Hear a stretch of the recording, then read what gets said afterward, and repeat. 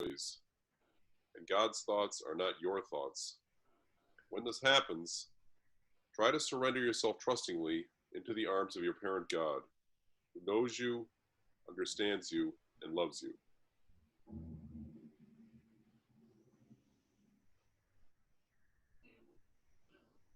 As we turn to our God in these uncertain times, we ask your grace go with us to feed the hungry, Give us your grace. to give drink to the thirsty, Give us your grace. Right. to clothe the naked, Give us your grace. Give us your grace. to shelter the homeless, Give us Give us your grace. to care for the sick, Give us your Give us your grace. to mourn those who have passed. Give us your grace. And in reaching out, may we find you in them, and may they find you in us. Amen. Amen. Alrighty, folks. So really, I wanted just to spend some time today. One, connect, check in, see how everyone's doing. These are clearly trying times and ever evolving. And I think it's a great time for us to strengthen ourselves and our connections as a network and lean on each other and learn from one another. I wanted to hear how your schools generally are approaching ministry in this remote environment, and what that, if anything, is happening, what that looks like for students and adults, faculty and staff, and really just an opportunity to share and get some ideas here. As I said in my communication to you all earlier, I think this is really an ever important time for ministry to root itself in our school communities and care for those who don't have that access and that supportive community of our institutions every day. Then I want to kind of review some things that the XBSS sponsorship office is doing to support our schools, just so you're kind of in the know. But then we really want to get your ideas of how we can best support you for the foreseeable future here. So let's just turn it over. And how is it going? What are you doing?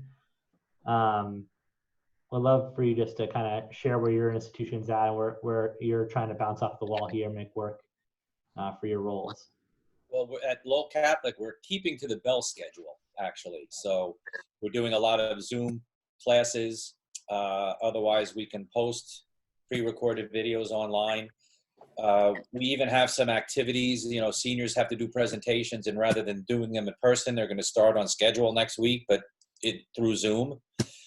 Every Thursday, we have the rosary after school in the chapel at 2:15. So yesterday, I invited the entire Lowell Catholic community through Zoom, and we actually had about double the turnout that we normally have when we do it live in the chapel.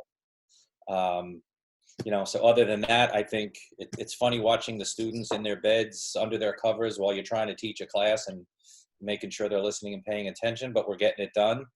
And then starting Monday, we have an advisory period after a second period. So I'm just going to have open campus ministry Zoom if anybody wants to talk or, you know, drop by for a visit, have questions about anything. So we're trying to stay on schedule as best we can.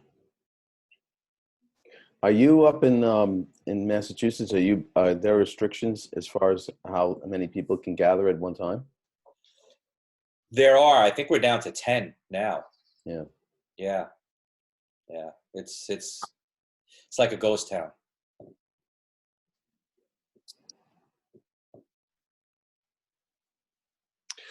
So here at Mount St. Joseph, this has been our virtual week, first virtual week. So the Thursday prior, we had created, the administration and department chairs had created a list of expectations for students as well as for faculty about protocols for communicating. We really looked for faculty about at a minimum to be able to deliver, receive, and respond to content. As it happens, it's the end of our marking period. We are encouraging but not requiring live conversations and instruction through Zoom or through Google Hangouts as another option. We're being pretty open to options for that to go on. But we are, kind of along the lines of the Lowell Catholic. We're not doing a bell schedule, but we have divided up into like what would be the morning classes are on is every other day, and then the afternoon classes is every other day, just so that the students aren't overwhelmed. And then myself and the Dean of Academics were looking at the grading platform and the portal platform just to see what teachers are posting, and trying just to make sure that they're accountable for that, but also to encourage them and to troubleshoot what they're doing. In terms of just overall ministry, one of our administrative assistants came up with a great idea just to have a prayer of solidarity at 10 o'clock in the morning. We're still, the staff is the non-teaching staff and admin is still on campus for now. So at 9:55, I was told it has to be 9:55 because there's the 10 o'clock AP Chem Zoom, so I didn't want to interrupt that, but that we're trying to read the normal intentions that we would do on a regular, scheduled school day, along with anything else, and we'll do some sort of prayer, which is then posted on the main webpage for all the community to take part in.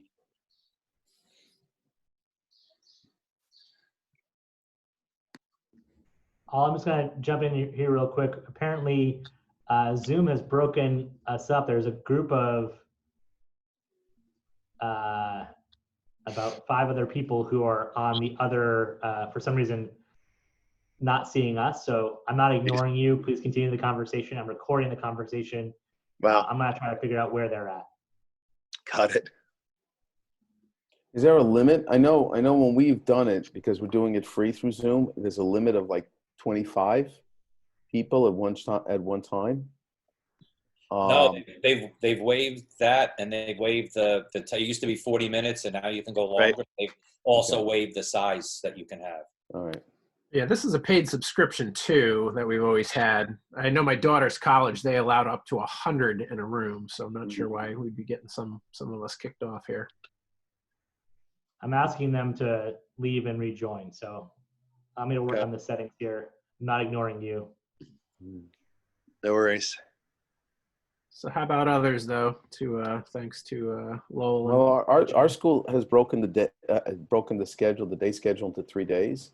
So it's like a block of time for each period. So for like almost an hour and 15 minutes per period.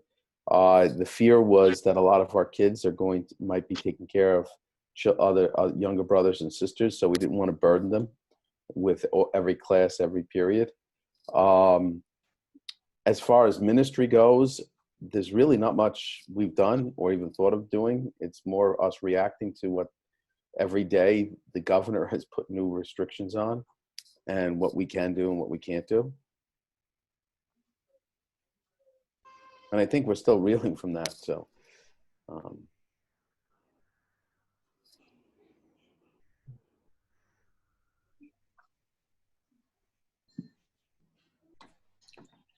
in looking at some of the things our school's been doing, there have been a variety of ways teachers are getting material to the students via, just a variety of different websites and things like that.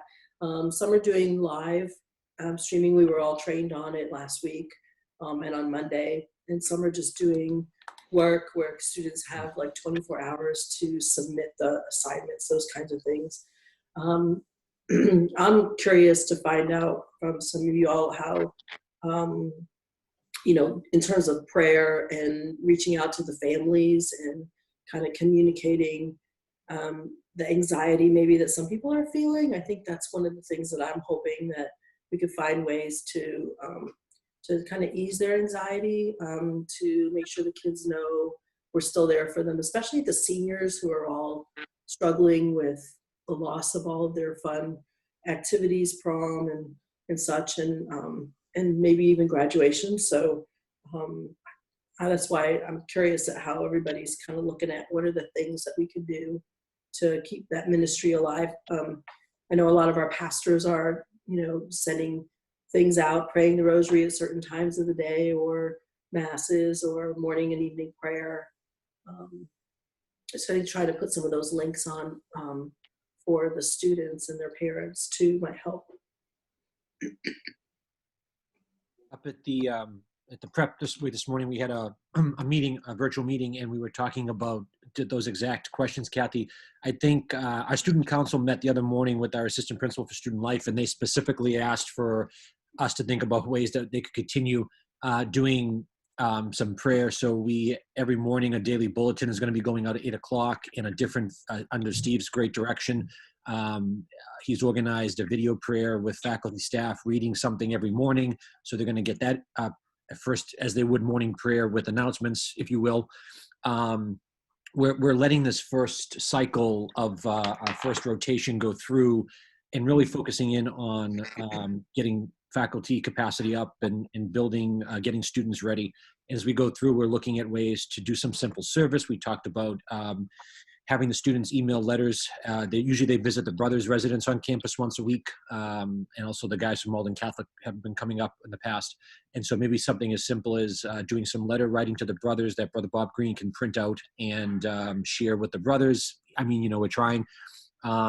Would they keep Mike and Mary Driscoll potentially continuing with the Rosary live recitation as they would on Wednesdays? We've talked about potentially having having a priest that we work with every Friday potentially do a live stream of a mass, or linking up community mass somewhere that it's going on that we can direct people to. We've continued doing our online interviewing for the service experiences, our urban service experience, and trying to keep the kids engaged that way as well as if they were on campus. So we're trying a few different initiatives. Steve, and I think I saw Jeff, is there anything else that I'm missing that you would want to help the group with? No, I met with our community formation committee yesterday. We did a Google Meet. And well, that's better. we kicked around ideas to talk about ways to build community and have some prayer opportunities. We do a little coffee get together once a month, next Wednesday virtually. We're gonna do a little happy hour next week at the end of our week, just to check in with everybody. I don't know. I think so many people when we had our meeting yesterday were just jazzed to talk to somebody. It was the best attended meeting we've ever had and the most enthusiastic. So I think there's just an interest in trying to have people see each other and talk to each other. I don't know. That's my sense from at least the faculty staff perspective right now. I'm going to jump in here. So it seems now that Zoom is able to merge our two rooms. I'm not sure why it split us up. Thank you all for your patience who are quarantined. I must have been following CDC guidelines over a digital platform. I want to jump in and sorry to interrupt the flow here. I just want to introduce some guests here, just because I think it's important. You see some other faces here, and as I said to the other group, I think it's important that all ships rise with the tide and that we collaborate during these trying times. So I've invited some colleagues that I work with on a regular basis. So I've already introduced Maura Toom. I'll let her say a few words in a second. We have Katie Collin, who is the Executive Director of Sponsorship for the School Sisters of Notre Dame Dana Moore on the East Coast and in California. We have Kate Weibel on the call. She's a campus minister at Maryvale, which is the SSND Dana Moore School. It's where my wife's school works. And then we have Brendan O'Kane, who's the stylish guy in the bow tie. He's the Director of Ignatian Mission Identity at Loyola Blakefield, my previous school. And again, I've been in contact with all these folks over the past week, just kind of brainstorming how we can support our schools and wanted to invite them to this great conversation.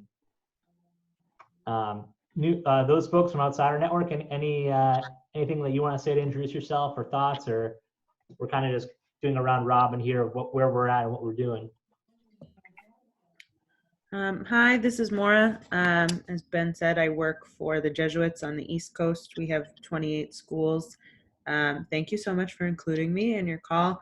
I'm really just here to learn some best practices. Our campus ministers are doing a lot of what you guys are saying. They're sending out, or they're keeping up with daily prayer, either recording it or sending out a text-based prayer every day. A lot of schools have listed kind of hands-off service opportunities that families and students can do together. And then some of the schools that have Jesuit communities attached to them are live streaming Mass a couple times a week.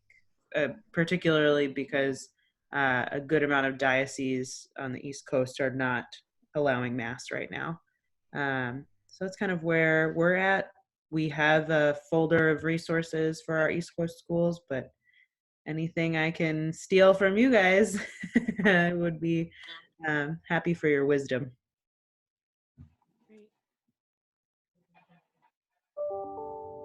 Hi everyone, I'm Katie Colin. It's very nice to be included in this. Thanks, Ben. And thanks for sending out that link for us to copy and paste to merge with you all. I'm very glad to be part of this. I love the idea of collaborating in a larger level with all of you. And Mara, it's nice to see you. I haven't seen you in almost a year, and we're not going to see each other at the end of. I was thinking that. That's too bad. I know. We met last year at the Christa Ray meeting. Yep.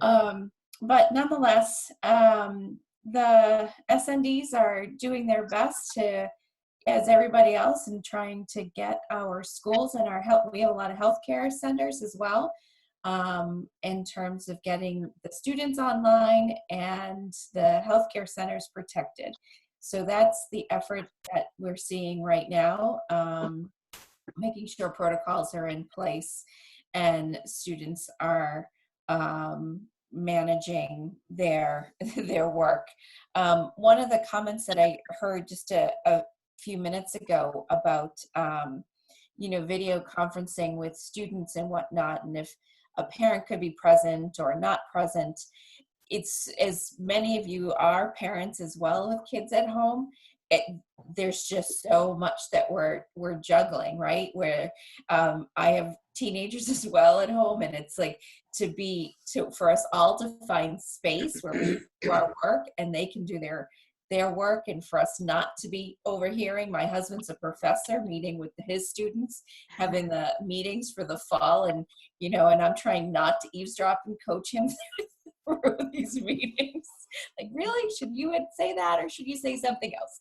But it's all just crazy, this whole new workforce. So I think parents are looking at this world that our kids are in very differently, and the resources that we send out are going to be really important. So as a parent, I've received both from this SND school my daughter's in and the Severian school my son is in, the morning prayers and the messages have been so important to keep the kids on track in terms of why they're part of these communities, who they are, and why we as families sent them there. And I would encourage anything more, whether it's the weekly notices that we continue to speak to our heads of schools and our campus ministers to keep driving home the points of why we are who we are and why our kids are where they are, because we can't lose that, getting them together at their normal lunchtime over FaceTime. That social piece is going to be huge this weekend. I'm not looking forward to that. So you can manage the daytime, but the weekend's going to be really challenging, even for us, right? And my communication with heads of schools this week has been, you have put in enormous amounts of energy into managing this in a very short window of time, and how have you taken care of yourself? Because any of us who have been in these positions before know that that takes such a back seat. And so they're managing their school or their whatever ministry they're in, but then at the end of the day, they're going to sleep, but they're still thinking about all those other things, and they need to take care of themselves. They've got their ministry, they've got their family, perhaps an extended family that needs some special care, but they need to be cared for. So in this conversation, maybe as campus ministers, there could be a little attention given to the heads of these ministries who are in the throes of it, managing the constructive feedback that they're being given, and whatnot, and saying, what do you need from us? How can we help you too?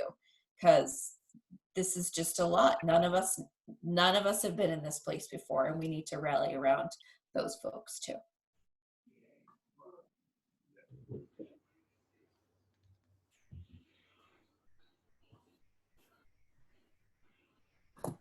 Brendan O'Kane here.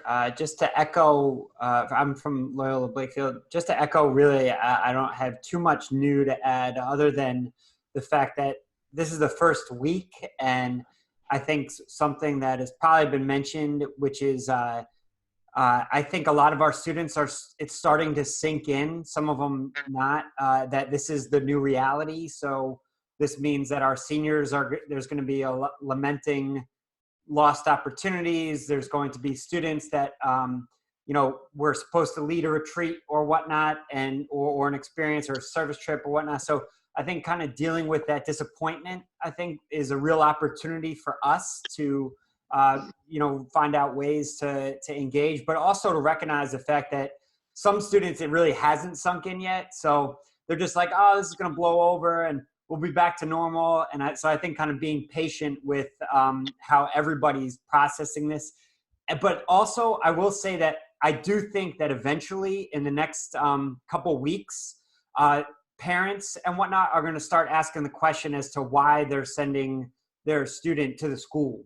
Because it's like, if we're online, or if I'm home with them, why are we going here? And I think that might be an alarmist, but I think if we just kind of accept that reality and then respond, I think our work is even more important, because it's almost like, okay, like that service opportunity, Deirdre, that you shared, the fasting and kind of, that's solid.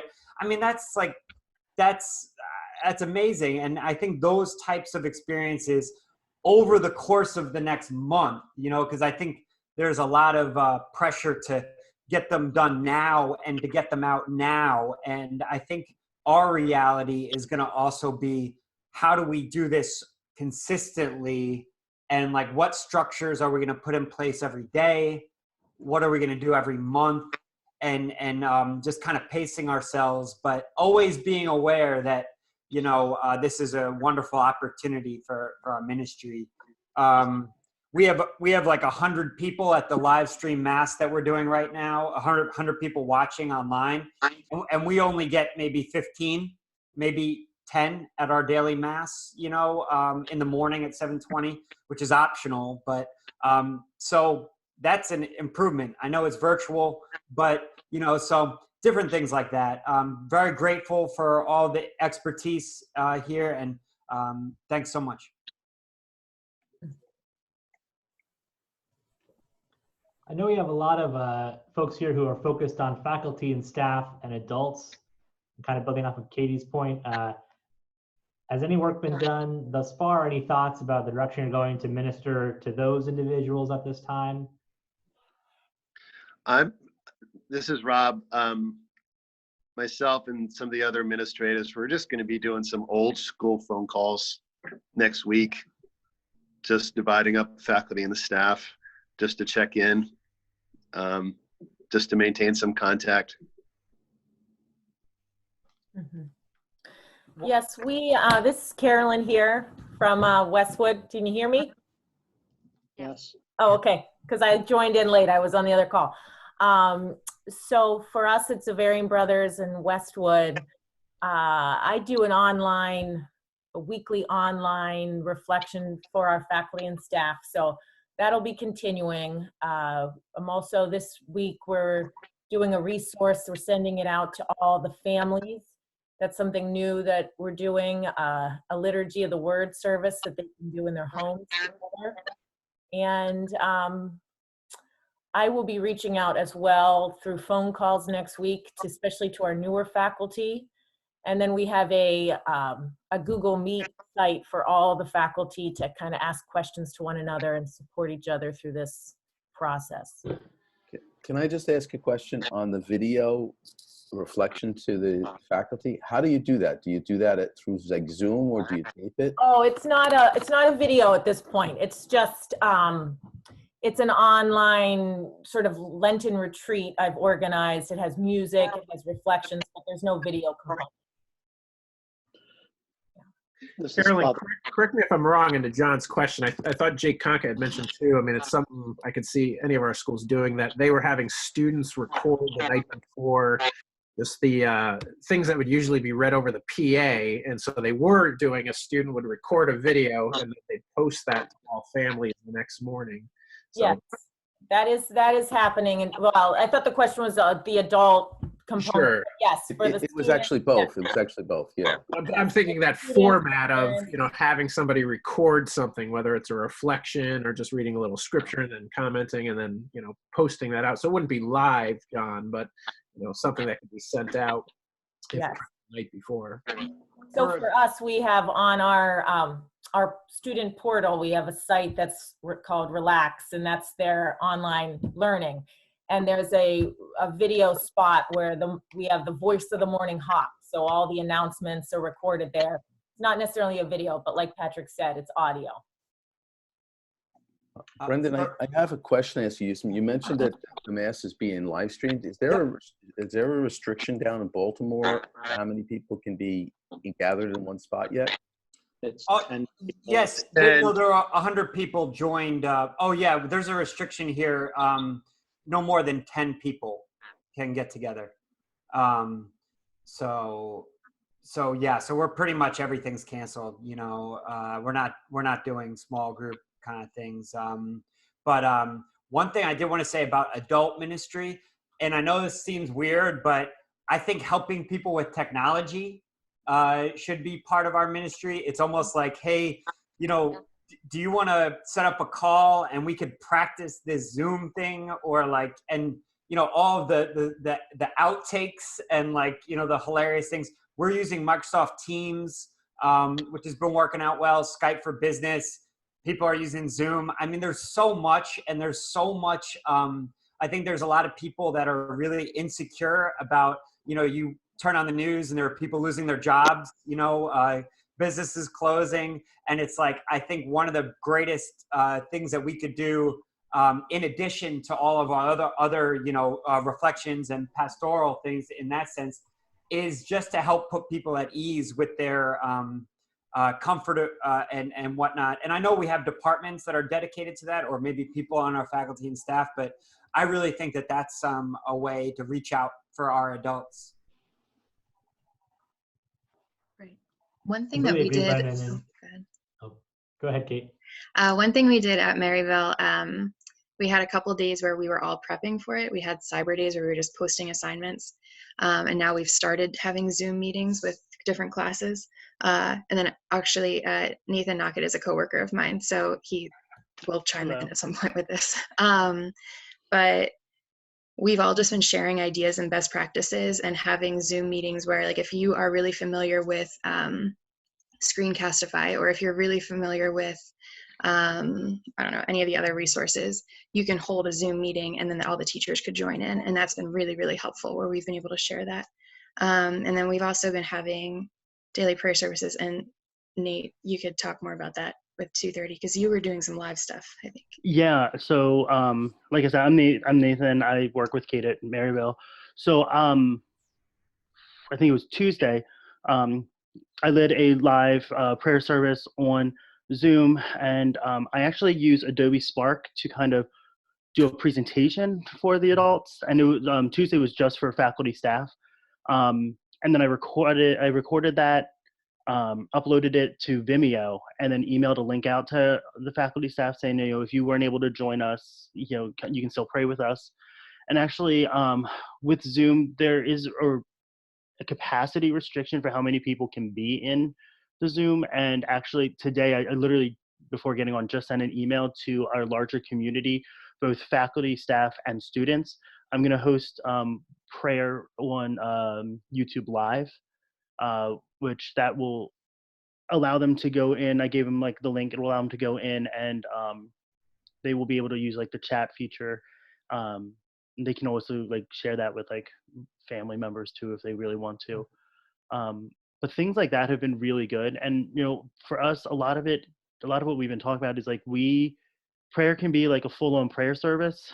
But some of us just need that, like, here's like 10 minutes for us to like, just kind of be with others, talk a little bit, and then pray, and then leave. Just something short. It just kind of really depends on the day and what everyone's feeling. Today, the topic for our prayer is going to be focused around relaxing, calming, breathing, being mindful. And it's going to be really short. It's going to be maybe 15 minutes in length. Great. Thank you, Nathan.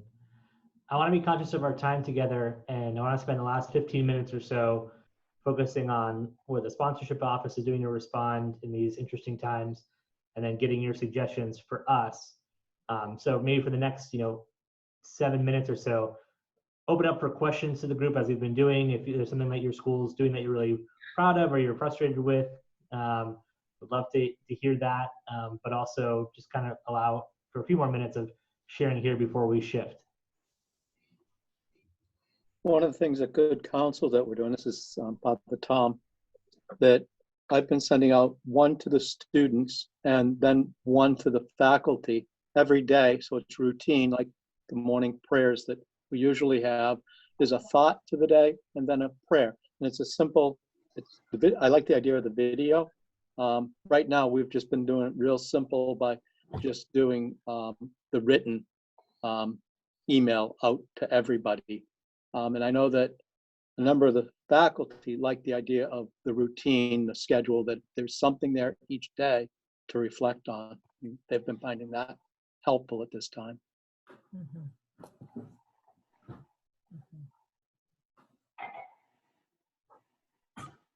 Just real quickly here, in the interest of time, I'll just share with you what we're doing. If anybody's looking for senior service plans, Dustin Batista has a really, really well thought out senior service plan whereby it involves a lot of spiritual self-reflection. I can share that, and I don't know if you got that, Ben, or not from Dustin, but I'll share that with you. One of the things that I did right off the bat was I wrote this little commentary that I sent to all the parents and to the students about how this experience reminds me of what St. Ignatius must have gone through when he was injured. And that with St. Francis Xavier as his loyal companion, and the 5 Xaverian values. So this is how I'm going to rely on the 5 Xaverian values. How the students are going to have to trust me, and I'm going to have to trust them. So I sent that to you, Ben. It's just a little something. I also sent the students, it's a virtual tour of St. Thomas More, which is the chapel at Yale University. Kind of gets the kids to think about, oh, this is what goes on in college. And it's a very quick Stations of the Cross. Each station is less than 1 minute. And it's written by an alum or by a chaplain, but primarily by alums. And there's a question, a contemporary question for you to think about. And I've known that, or I found that that's what my students are looking for. How is this ancient tradition of the Stations of the Cross, how does this relate to me? So I've done that. I'm doing the Google Classroom, which that's how I just keep the work up. We're doing the Gospels right now. I will say that I am still on a thread with the 7 students from the XBSS retreat, which to Kathy and to Patrick and to Ben's credit and to Mary Driscoll and to those Xaverian students, you should be very proud of those kids, because whatever happened at that retreat from a transformation standpoint, it worked. And I feel very privileged that they would want an adult to still be on their thread, to ask them about questions pertaining to the retreat, And, you know, how does this all relate? The other thing that, and the gentleman from Lowell Catholic, you have a very good kid there in Joe. All the kids are great, but Joe is just, he's special. So let's see, we've done the Google Classroom, the senior service plan. I sent to Ben today, because I sent all the students, there's a great prayer written by, I think it's Carrie, who's the executive editor of America Magazine, a Jesuit review, about a coronavirus prayer. It's very good. I shared that with the kids. The Stations of the Cross. And the last thing is, so I have my own website, and it's stephenfbukhari.com, and I'm gonna my blog, which goes, I haven't done it since I created the blog when I was, you know, applying for jobs. So it's cathartic for me, and I think it'll be good for the kids so that they can see, oh, this is what Mr. B did in the past, and this is how he's dealing with this, and it'll all be, you know, my own spiritual thoughts, and I'll encourage the kids to do the same. So that's it from moi. Thank you. Before we move on, any other thoughts or pressing questions for the group?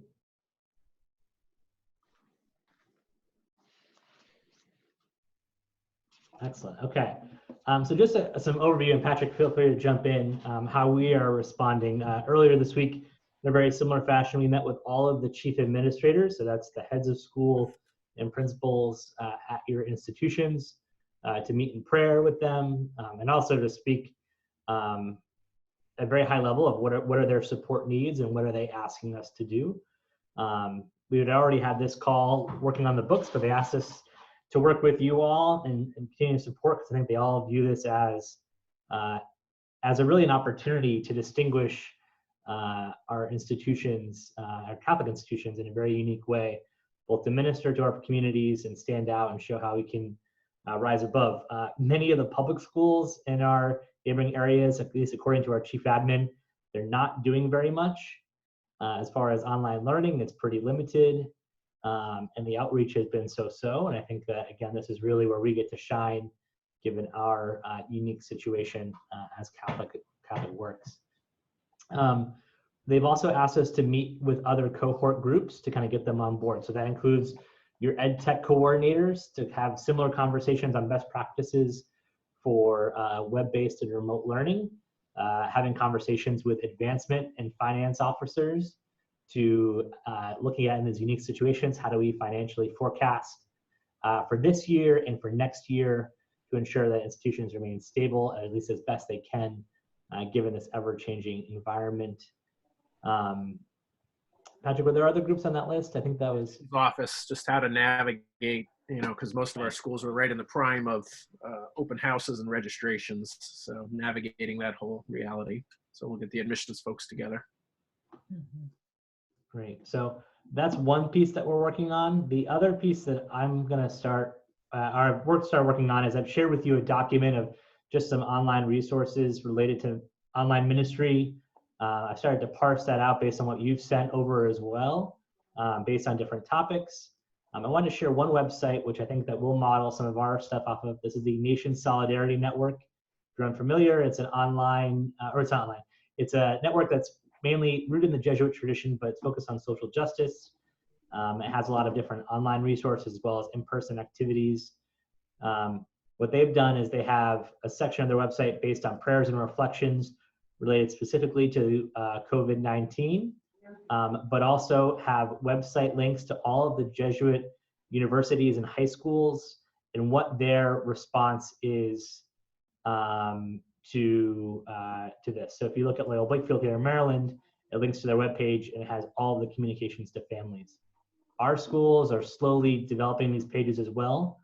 So my hope is to have an online resource on our website that you could all turn to easily instead of hunting down that shared library link that I've sent to you to access these prayer resources, but also let us share and network how we're addressing this in our own unique communities. You know, we have 13 schools, 5 states, each one slightly different, but I think that we all can continue to learn from each other, both in these practical ways, but also in a ministerial way as well.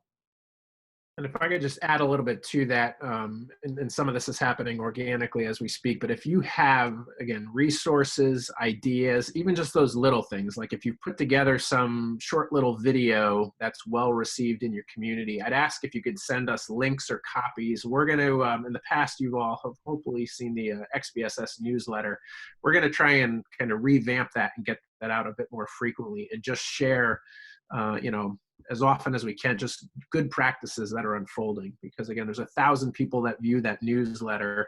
So if folks can, you know, if the math teacher somewhere can see what another school's doing, you know, reaching out to support teachers or students, I think it'd just be a great way to kind of share and connect everybody. So anything that you have that strikes you as hey, this is helpful, this is well received, please send it to us and we'll help navigate that out to the rest of the network.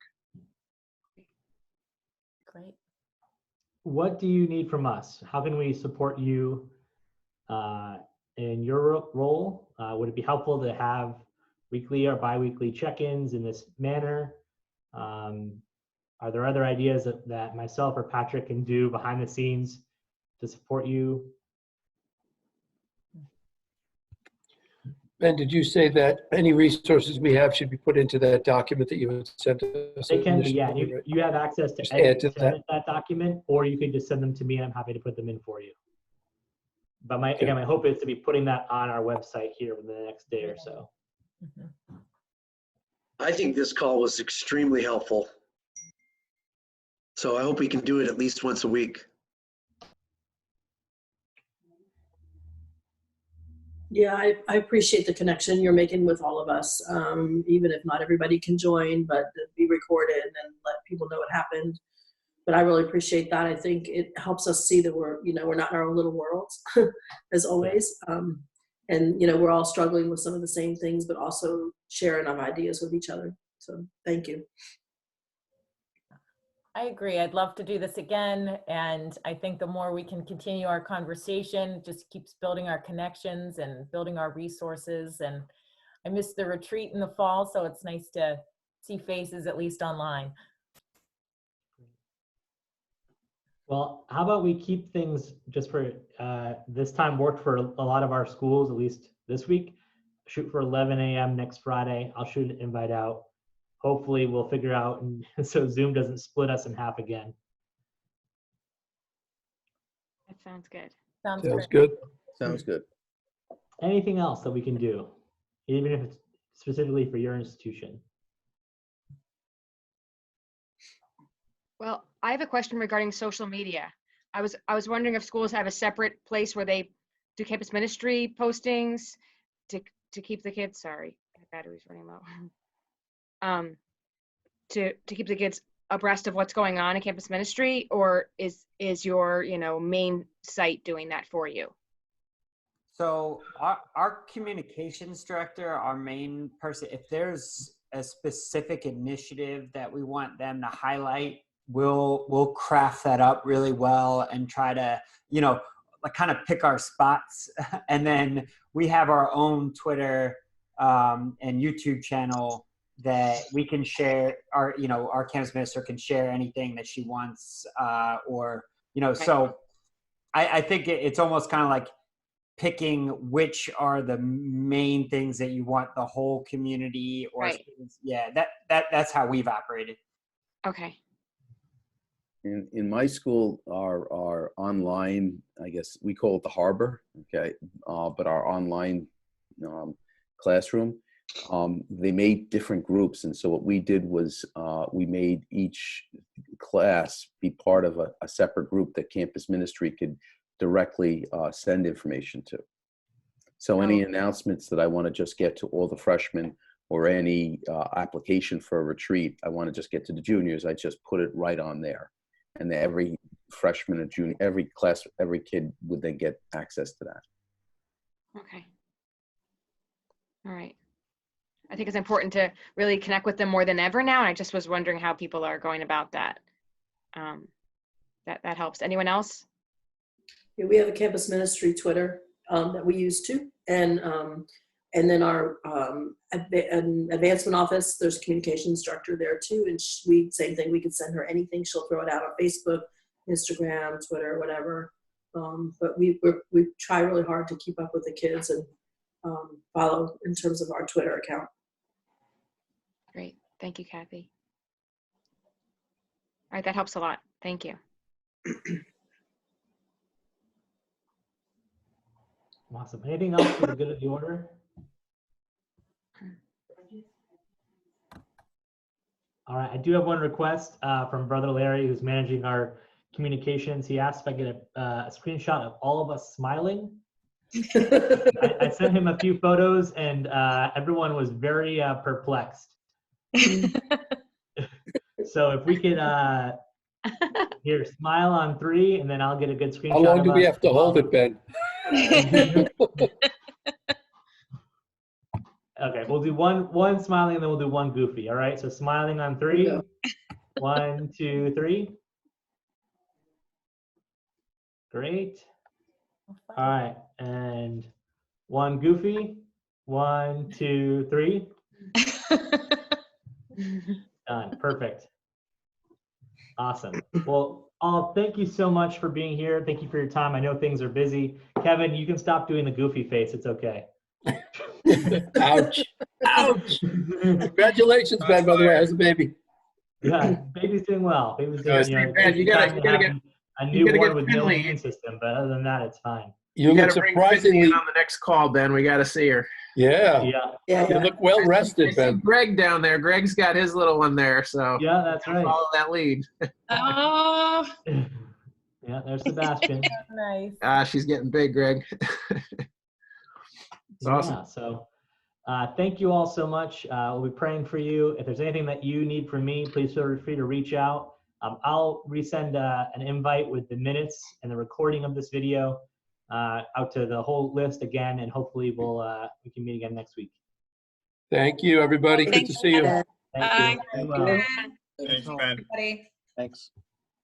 Hey, Ben, do you want to stick around? Yep.